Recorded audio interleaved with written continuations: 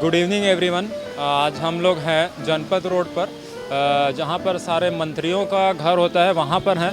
और यहां पर स्वर्गीय श्री रामविलास पासवान जी की सेकंड पुण्यतिथि मनाई जा रही है। इस अवसर पर आप देख सकते हैं कि पुष्पपति कुमार पारस जी, जो कि minister of food processing industry in government of India है, इनकी तरफ से एक शांति भोज का आयोजन कराया गया है। तो यहाँ पर आप पहली बार मिनिस्टर के घर में कोई भी आम आदमी जा सकता है। ऐसा कोई बिहार के मंत्री ही कर सकते हैं कि आप अंदर तक जा सकते हैं, नहीं तो हम देखते हैं कि मिनिस्टर के घर में किसी की एंट्री नहीं होती। लेकिन आज हम दिखाने की कोशिश करेंगे कि कैसे उनकी पुण्यतिथि मनाई जा रही है और अंदर तक आप जा सकते हैं, कोई भी आम जनता अंदर तक जा सकता है। तो धीरे धीरे हम अंदर ले जाएंगे। तो आइए देखते हैं कहाँ पर क्या प्रोग्राम हो रहा है। देखते हैं कि अंदर चलते हैं, धीरे धीरे देखेंगे कि क्या हो रहा है क्या नहीं।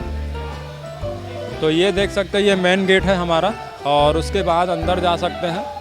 यहाँ पर मैं बोलूँगा कैमरामैन को कि ये नंबर भी दिखा दे। घर का नंबर यहाँ पर मिला होता है 18th doctor Rajendra Prasad road पर है ये जो भवन है इनका, और 18th है। अब धीरे से हम अंदर चलेंगे, देखते जाइए। यहाँ पर बहुत ही अच्छा आयोजन किया गया है स्वर्गीय श्री रामविलास पासवान जी की सेकंड पुण्यतिथि में।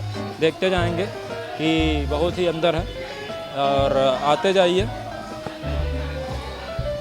धीरे धीरे हम देखेंगे कि यहाँ पर देखिए इनकी प्रतिमा लगी गई है। जैसे ही आप अंदर आएंगे किसी के घर, तो यहाँ पर सिक्योरिटी होती है। सिक्योरिटी को दिखाइए। सबसे पहले हर घर में एक सिक्योरिटी दी गई हुई है। यहाँ पर एक गार्ड मिलेंगे, और रिसेप्शन अगर कोई आपको काम है तो सबसे पहले रिसेप्शन में ही जाना पड़ता है। और रिसेप्शन के साथ साथ देखेंगे कि ये रिसेप्शन है और सिक्योरिटी गार्ड है। फिर आप जैसे ही आएंगे, गेस्ट हाउस दिखेगा आपको इधर राइट साइड में, देख सकते हैं रेस्ट हाउस दिखेगा। और धीरे धीरे आगे बढ़ते हैं। यहाँ पर उनका फ़ोटो भी लगा हुआ है रामविलास पासवान जी का, देख सकते हैं। बहुत ही अच्छे हमारे नेता थे और बहुत ही अच्छे मंत्री माने जाते हैं। तो देख सकते हैं कि यहाँ पर फूल रखा गया है और पुष्पांजलि से अर्पित कर रहे हैं लोग। और देखते जाइए कि कोई भी आ सकता है।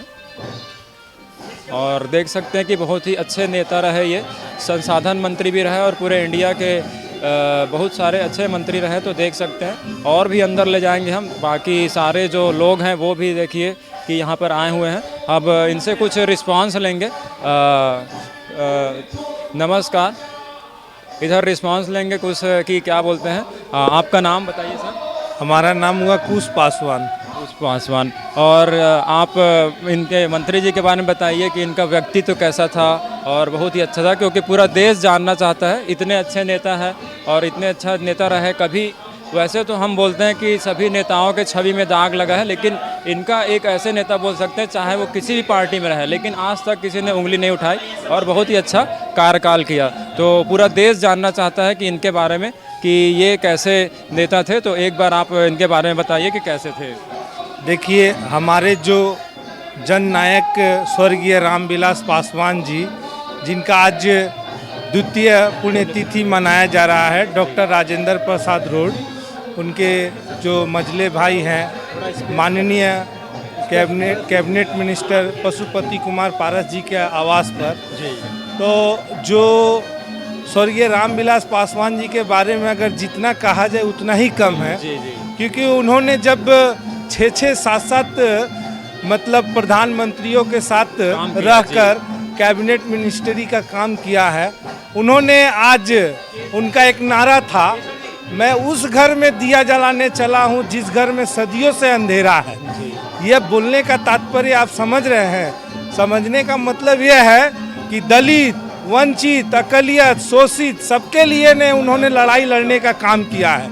आज हमारे बीच में नहीं रहे, लेकिन वो जब तक हम लोग जीवित रहेंगे, उनके जो जो कार्य हुए हैं उनको हम लोगों के सामने लेकर जाकर बताएंगे कि माननीय स्वर्गीय रामविलास पासवान जी ने क्या भारत को दिया, जो उनका लाभ उठा रहे हैं। जो आज हम ये फ़ोन का जो यूज़ कर रहे हैं, कैमूर में उन्होंने जब दूरसंचार निगम मंत्री थे, तब उन्होंने एक मंच से आह्वान किया था कि मैं इस कदर फ़ोन कर दूंगा कि बैगन के भाव में फ़ोन बिक्री होगा।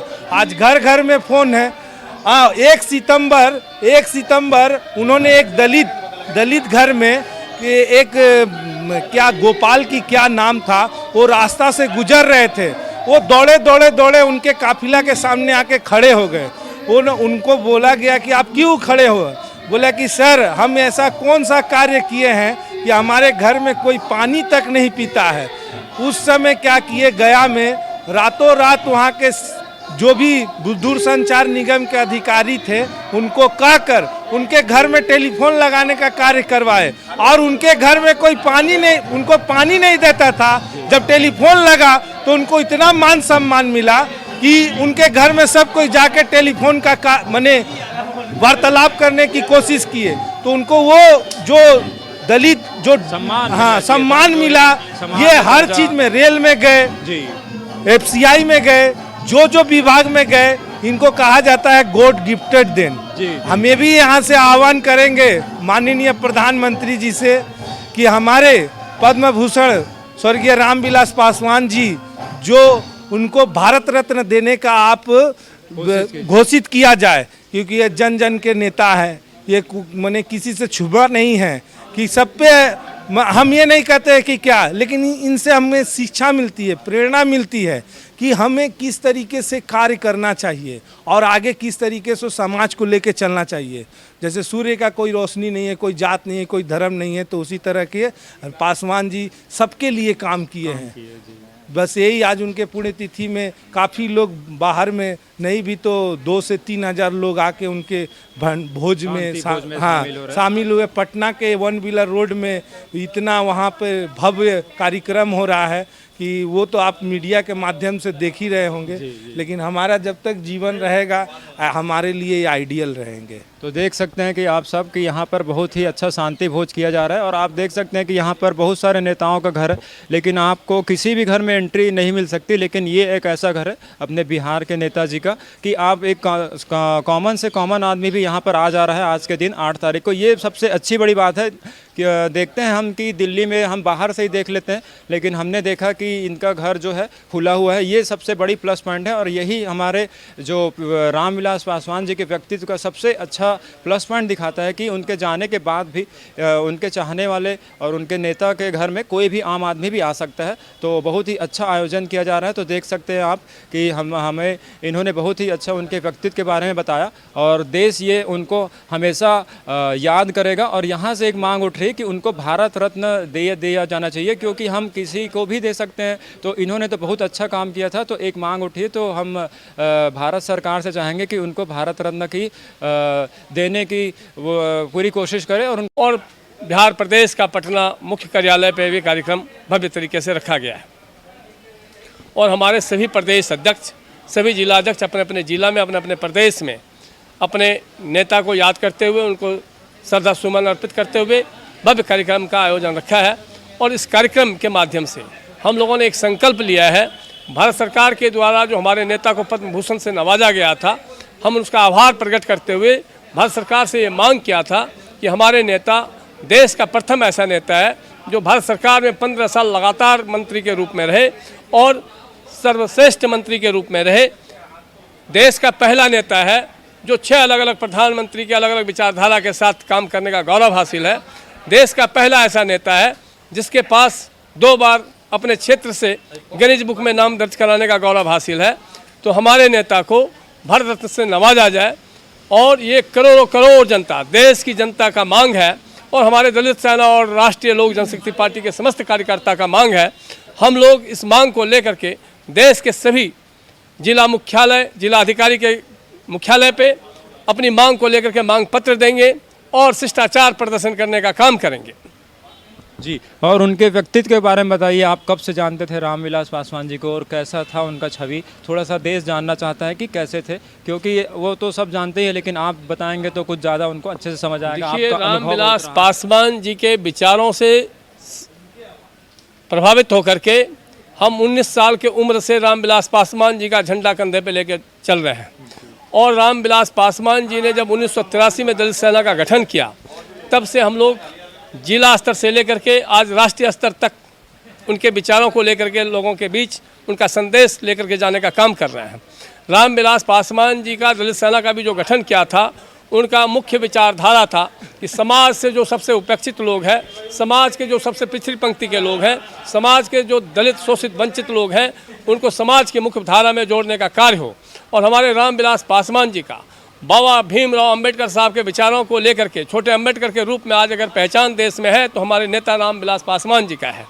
और उनके विचारों को अगर जन जन तक पहुंचाने का काम किया है तो मुझे लगता है मेरे नेता रामविलास पासवान जी ने किया है। और देश के करोड़ों करोड़ जनता इसीलिए हमारे रामविलास पासवान जी को चाहते हैं, मानते हैं, उनके आदर्श में और उनके विचारों में आस्था रखते हैं। इनके नेतृत्व को लेकर के आज हमारे नेता माननीय पशुपति कुमार पारस जी चल रहे हैं। हम लोग उनके नेतृत्व में इनके विचारधारा को लेकर के जन जन तक जाएंगे और निश्चित रूप से भारत सरकार को करोड़ों करोड़ जनता का सम्मान करते हुए और इनके द्वारा जो देश के प्रति समर्पित रहे हैं, देश में ऐसा आज तक कोई नेता नहीं है जो देश में 35 साल तक कैबिनेट मंत्री के रूप में कार्य करने का गौरव हासिल किया हो। देश में कोई नेता ऐसा नहीं है जो 6 अलग अलग प्रधानमंत्री के विचारधारा के साथ काम करने का गौरव हासिल किया हो। देश में ऐसा कोई नेता नहीं है जिसने अपने क्षेत्र से 2 बार गिनीज बुक में नाम दर्ज कराने का गौरव हासिल किया हो। और गरीब गुरबाओं का और दलितों, शोषितों, वंचितों का, सर्व समाज का जो उन्होंने मदद किया है, उनके अधिकार की लड़ाई सड़क से लेकर के सदन तक लड़ा है। मुझे लगता है भारत सरकार को करोड़ों करोड़ जनता का सम्मान करते हुए उनको भारत रत्न की देने की घोषणा जल्द से जल्द करनी चाहिए। देख सकते हैं कि भारत रत्न देने की मांग उनको बहुत ही तेज हो रही है और उन्होंने 6 प्रधानमंत्रियों के साथ काम किया और 35 साल तक रहा। और एक सबसे बड़ी बात है कि उनके चरित्र में एक भी दाग नहीं लगा है। ऐसे तो हम बोलते हैं सारे नेताओं के कहीं ना कहीं किसी न किसी नाम में और किसी प्रकरण में उनका नाम आ जाता है, लेकिन ये एक ऐसे नेता है तो ये बहुत ही जायज़ मांग है। तो भारत सरकार से हमारी अपील है कि इनके मांग को जल्द से जल्द पूरी की जाए और बहुत ही अच्छा ये फैसला।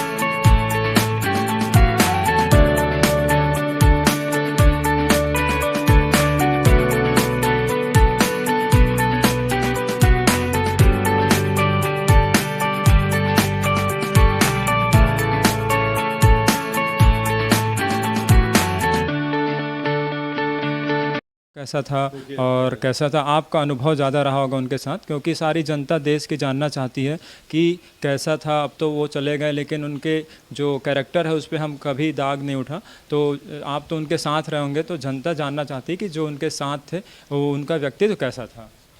देखिए, सबसे पहली बात है कि आज हमको पटना में एक बड़ा प्रोग्राम था और सारे एमपीज़, सारे गवर्नर साहब भी आए, माननीय मंत्री जी तो खैर वहाँ पर है ही हैं, वो तो होस्ट हैं, और तमाम बीजेपी के और एनडीए के तमाम लोग आए और भी जनप्रतिनिधिगण सब पटना में आए। आज हमको भी जाना था और सुबह का फ़्लाइट का मेरा टिकट भी किया हुआ था, लेकिन आज थोड़ा फीवर हो गया था इसीलिए हम नहीं आ सके। और आज दिल्ली में हमने आकर करके अपना श्रद्धांजलि अर्पित किया। तो रामविलास पासवान जी के बारे में कहना क्या, उनके बारे में तो पूरे बिहार क्या पूरा हिंदुस्तान क्या पूरी दुनिया उनके चरित्र से वाकिफ़ है कि किस तरह के नेक दिल इंसान थे। जो आदमी 50 साल राजनीति में रहा हो, एक्टिव राजनीति में रहा हो और एक दाग नहीं लगा जिसके ऊपर, तो आप ये खुद ही बताता है कि किस तरह की। और सब पार्टी के लोगों से, चाहे विपक्ष में हो, सरकार में हो, उनके खिलाफ लड़े हों, सब उनकी इज्जत करते थे, सब उनको अच्छी नज़र से और उनको प्यार करते थे। हम लोग तो पार्टी के नेता थे, हमको उन्होंने टिकट दिया, 2 बार जीत करके एमपी बने। उनके सौजन्य से, उनके आशीर्वाद से, वो तो एक पर्सनल व्यक्तिगत बात है, लेकिन जिस तरह से उन्होंने पूरे हिंदुस्तान के दलितों के लिए, शोषितों के लिए, अल्पसंख्यकों के लिए, पिछड़े लोगों के लिए जिस तरह से वो लगातार अपना 50 साल के राजनीतिक जीवन में अपना स्टैंड उन्होंने रखना, उनके लिए लड़ाई लड़ी, वो तो पूरे दुनिया जानती है कि सेकंड अम्बेडकर का भी बोले जाते हैं। और तो ये मांग उठ रही है कि उनको भारत रत्न दिया जाना चाहिए, तो आप इस विषय में क्या कहना चाहेंगे? ये मांग कहीं ना कहीं हद तक सही है, तो आप आपके विचार में? बिल्कुल बिल्कुल बिल्कुल सही है, और हम लोग सब सरकार से आग्रह करेंगे कि उनको भारत रत्न देना चाहिए।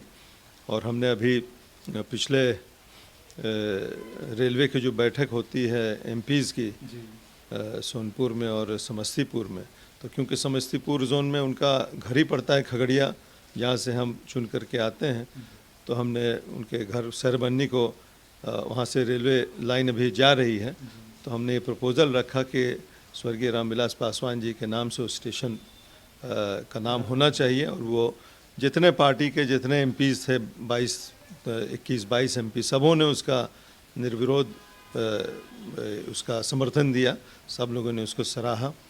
उसके अलावा खगड़िया, क्योंकि उनका जन्मस्थल रहा है, खगड़िया स्टेशन में उनकी एक मूर्ति बैठाई जाए रेलवेज़ की तरफ से, ये भी हमने प्रपोज़ल दिया, उसको भी सब लोगों ने समर्थन किया। तो भारत रत्न एक रिकग्निशन होगा जो कि उनके सारे चाहने वालों के लिए, उनके परिवार के लिए एक इज़्ज़त का बायस होगा। और ये हम लोग सरकार से आग्रह करते हैं, मांग करते हैं कि। और उनका मकसद क्या रहा, वो आप उसके बारे में बताइए कि पूरे देश को वो क्या बनाना चाहते थे, उनके सपनों का भारत के बारे में आप कुछ बताइए, क्योंकि आप उनके साथ रहे हैं, क्या उनका मकसद था? देखिए, बहुत ही नेक दिल इंसान थे, सबका भलाई चाहते थे। ये नहीं कि सिर्फ दलित हों या अति पिछड़े हों या उन्हीं के लिए, लेकिन जो सर्ण वर्ग में भी, जो ऊंची जाति में भी जो लोग गरीब थे, जिनका शोषण हो रहा था किसी न किसी तरह, सबके लिए उनके दिल में हमदर्दी थी और होनी चाहिए। इंसानियत जो उनके अंदर थी वो सबसे बड़ी उनकी खूबी थी। और इतने बड़े इंसान होकर के इतने दिन तक राजनीति में ऊंचाई पर रहने के बावजूद इतना डाउन टू अर्थ आदमी होना, ये सबसे बड़ी उनकी। जी, ये सबसे अच्छी बात बोले इन्होंने, डाउन टू अर्थ थे। और उनका कहीं ना कहीं असर आप इन पे भी देख सकते हैं कि जैसे कि हम इनका वेट कर रहे थे सर जी का इंटरव्यू लेने के लिए, तो जैसे कोई नॉर्मल सांसद होता है, उनके पहले तो सिक्योरिटी गार्ड्स आएंगे और फिर बहुत सारे तैयारियां होंगी, तब जाके वो आएंगे। लेकिन केसर अली जी को आपने देखा होगा कि वो सिंपल से अकेले आए, हम तो यहाँ पहचान नहीं पा रहे थे। तो उनका व्यक्तित्व का जो आप देख सकते हैं असर उनके साथियों और उनके चाहने वालों पर भी दिख रहा है और उनके पार्टी पे भी दिख रहा है कि ये डाउन टू अर्थ है। और यहाँ पर कोई ऐसा पूछताछ भी नहीं किया गया कि आप कहाँ से हैं, क्या है, और डायरेक्ट हमको सर जी ने इंटरव्यू दे रहे हैं। तो उनका जो छवि देख सकते हैं डाउन टू अर्थ वाला, वो सर जी ने बताया, तो वो आप देख सकते हैं। तो आगे आपके जो उनका सपनों को साकार करने के लिए आपकी रणनीति क्या रहेगी सर? हम लोग लगातार, जैसा आपने बताया कि हम भी किसी के साथ अकेले खुद ही आते हैं, बल्कि क्षेत्र में भी जाते हैं तो मेरे साथ जो एक बॉडीगार्ड मिलता है उसके अलावा कोई नहीं रहता है। तो हम लोग प्रयास कर रहे हैं कि उनकी खूबियों को हम लोग भी अपनाएं और जो उनका सपना था उसको सब लोग पार्टी के मिल कर के, हमारे आदरणीय पारस जी भी इस मामला में बहुत ही डाउन टू अर्थ आदमी हैं। आप देखते होंगे कि बहुत अच्छी सेहत नहीं होने के बावजूद, मंत्रालय का बोझ होने के बावजूद किस तरह से सुबह से शाम तक, रात तक, हम लोग तो उनको मना करते थे कि आप बीमार हैं, क्यों इतना ही कर रहे हैं, थोड़ा सा आराम भी कीजिए। लेकिन बोलते भाई दूर से आदमी आया तो सब मिलना भी ज़रूरी है। ठीक है, वो जो कमिटमेंट आदमी का होता है वो अंदर से होता है, वो कोई दिखावे की चीज़ नहीं, होना भी चाहिए, वो है उनके अंदर भी। तो ये पूरा परिवार में है और हम लोग भी कोशिश करते हैं कि स्वर्गीय रामविलास पासवान जी के रास्ते को अपनाएं, उनके बताए हुए जो सिद्धांत हैं, जो उनका प्रिंसिपल्स था, उस पर चलने की कोशिश करें। तो देख सकते हैं केसर अली जी ने हमें बहुत ही सुंदर इंटरव्यू दिया और वो भी बता रहे हैं कि रामविलास पासवान जी की अगर एक खूबी बताया जाए तो वो ही पूरे नेताओं से उनको अलग करती है कि वो डाउन टू अर्थ है, कि छः प्रधानमंत्री के साथ रहे और 35 साल तक रहे, फिर भी उनके कैरेक्टर पर दाग नहीं लगा और वो डाउन टू अर्थ रहते थे और उनका जो छवि है, उनका असर है, उनके पार्टी पे देख सकते हैं। तो हम केसर अली जी का बहुत बहुत शुक्रिया करना चाहेंगे कि उन्होंने हम जैसे न्यूज़ चैनल वाले को बहुत ही इंटरव्यू दिया। और आप देखते होंगे जैसे दूसरे राज्य हैं, यूपी हो गया या फिर कहीं छत्तीसगढ़, बिहार, वहाँ के एमपीज़, यहाँ तक कि वहाँ के नॉर्मल एमएलए जी भी आते हैं तो बहुत बड़ी गाड़ियाँ होंगी, 3-4 काफिला चलता है। लेकिन यही बिहार के जो सांसद है और बिहार के खासकर इस पार्टी के जो सदस्य हैं और सांसद हैं, उनके में आप देख सकते हैं कि यही बहुत ही अलग बनाती है इस पार्टी को। और वैसे तो राजनीति होते रहती है, लेकिन जो क्वालिटीज़ जो होती हैं, जो सच होता है, उसके लिए हमको ज़रूर बोलना चाहिए। तो आप देख सकते हैं बहुत ही अच्छा इंटरव्यू रहा, तो हम इनको बहुत बहुत धन्यवाद करते हैं। और भी न्यूज़ को देखने के लिए देखते रहिए लैन भारत। धन्यवाद।